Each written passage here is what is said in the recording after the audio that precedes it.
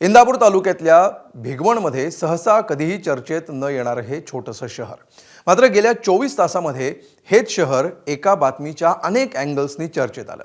इतकंच नाही तर इथं आज दिवसभर तणावाचीही स्थिती होती। सुरुवात एका तरुणीच्या अपहरणाच्या बातमीनं, नंतर त्याला धार्मिक अँगल येतो। राज्यामध्ये चर्चा सुरू होते।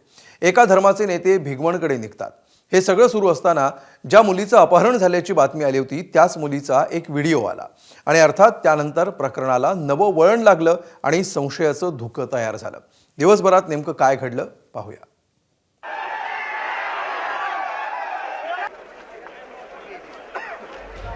भिगवण पोलीस स्टेशनच्या बाहेर जमलेला हा जमाव। भिगवणमध्ये मुलीचं अपहरण झाल्याच्या निषेधार्थ जन आक्रोश मोर्चा काढण्यासाठी हिंदू समाज एकत्र आला खरा, मात्र मोर्चाला सुरुवात होण्याच्या आधीच त्या मुलीचा एक व्हिडिओ समोर आला आणि माझं अपहरण झालेलं नाही, मी स्वतःच्या मर्जीनं निघून गेल्याचं त्या मुलीनं म्हटलं। वर्षापासून प्रेम संबंधात आहे, तर काल झालेल्या प्रकरणात माझ्यावरती कोणतीही जबरदस्ती केली नाही। मी माझ्या स्वतःच्या मर्जीने आली, माझ्यावरती कोणतं अपहरण झाले नाही किंवा जेवण वगैरे टाकण्यात आले नाही। तर राजकीय माणसाने त्यांच्या स्वतः राजकीय लोकांनी डोळ्यापासून घेऊन गेले आणि मी माझ्या मर्जीने आले। भिगवणमध्ये मंगळवारी 21 वर्षांची मुलगी तिच्या लग्नाची खरेदी करून येत असताना तिच्या आई आणि भावाच्या डोळ्यात मिरचीची पूड टाकून 2 तरुणांनी तिचं अपहरण केलं। तातडीनं तिच्या नातेवाईकांनी पोलिसात धाव घेतली असता आरोपी आयान हरून शेख आणि जहीर हरून शेख यांच्या विरोधात गुन्हा दाखल करून त्यांचा शोध सुरू करण्यात आला।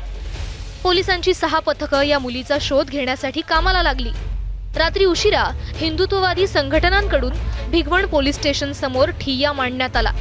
यानंतर पुणे सोलापूर महामार्गही रोखण्यात आला। हिंदू जन आक्रोश समिती या अपहरणाच्या विरोधात आज रस्त्यावर उतरून मोर्चा काढण्याच्या तयारीत होती आणि त्याच वेळेला मुलीचा हा व्हिडिओ समोर आला, ज्यामध्ये तिनं तिचं अपहरण झालं नसल्याचं म्हटलंय। मात्र या व्हिडिओ नंतर भाजप आमदार गोपीचंद पडळकर यांनी मात्र वेगळाच संशय व्यक्त केलाय। मुलीचा जबरदस्तीनं व्हिडिओ तयार करून तो पोलीस अधिकारी त्यांच्या नातेवाईकांना पाठवला जातोय। मी आता मुलीचे भाऊ, मुलीचे मामा, मुलीचे चुलते यांच्याशी चर्चा केलेली आहे। जबरदस्तीनं या मुलीचं अपहरण केलेलं आहे आणि म्हणून मी आज भिगवणला आलोय। भिगवण पोलीस स्टेशनला भेट देणार आहे आणि हिंदू समाज सर्व संतापलेला आहे, तो एकत्रित आलेला आहे आणि हिंदू जन आक्रोश मोर्चाचं आयोजन केलेलं आहे। अपहरण झालेली मुलगी आणि आरोपी हे शेजारी राहतात। दोघांच्या घराचं अंतर जवळपास 100 मीटर आहे। ही दोघं एकमेकांना ओळखतात, मात्र गेल्या काही वर्षापासून मुलगी मामाकडे शिक्षणासाठी गेली होती। पोलिसांनी ज्यावेळेस यांचे 1 महिनाभराचे डिटेल्स काढले त्यावेळेस यांच्यामध्ये फोनवरून संभाषण झाल्याचं समोर आलं। याच प्रकरणी हिंदू जन आक्रोश समितीसह मुस्लिम संघटनांनी सुद्धा एकत्र येऊन पोलिसांना पत्र दिलंय आणि निषेध व्यक्त केलाय। तर भिगवणमधलं वातावरण तणावपूर्ण झाल्यामुळे गोपीचंद पडळकर यांच्या सभेलाही पोलिसांनी परवानगी नाकारली होती। माग हिंदू मुलीच्या अपहरणामध्ये पण तो आरोपी होता। काही महाराजांना मारहाण केलेली आहे। इथल्या मंदिरामध्ये ते कब्जा घेत आहेत, मंदिरातल्या मूर्त्यांची मोडतोड केलेली आहे। मग हे कसं काय असं होतंय? इतके दिवस का गप्प आहे पोलीस प्रशासन? वेगवेगळ्या गुन्ह्यामध्ये तो आरोपी आहे, माझ्याकडे लिस्ट आहे।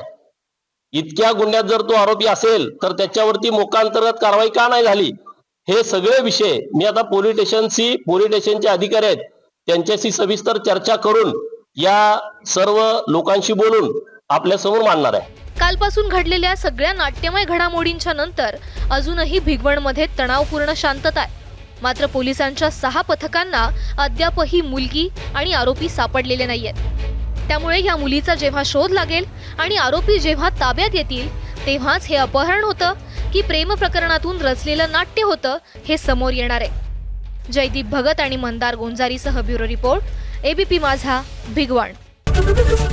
एबीपी माझा, उघडा डोळे बघा नीट।